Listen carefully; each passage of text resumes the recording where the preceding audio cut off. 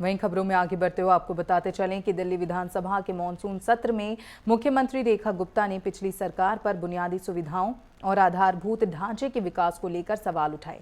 मुख्यमंत्री ने कहा कि पिछली सरकार के कार्यकाल में यमुना की सफाई, कूड़े के पहाड़ों के निस्तारण, सड़कों के सुधार, प्रदूषण नियंत्रण और जल सीवर व्यवस्था पर अपेक्षित काम नहीं हुआ।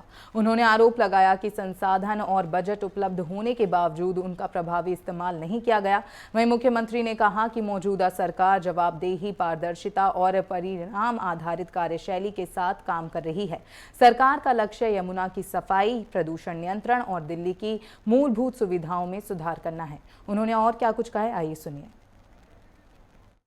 उनको यमुना की सफाई से कोई मतलब था, ना कूड़े के पहाड़ को हटाने से कोई मतलब था, ना ही दिल्ली की सड़कें बेहतर करने से कोई मतलब था। पॉल्यूशन वहीं का वहीं बना रहा, पर उनकी कोई जवाबदेही नहीं थी। 5 साल का इलेक्शन खत्म हो जाता था, फिर कहते थे और 5 साल दे दीजिए, गलती हो गई, नहीं हो पाया, 5 साल और दे दीजिए, पानी की पाइपलाइन डाल दूंगा, 5 साल और दे दीजिए, सीवर बना दूंगा, 5 साल और दे दीजिए, झुग्गी वालों के लिए कुछ कर दूंगा। पर किया कुछ भी नहीं।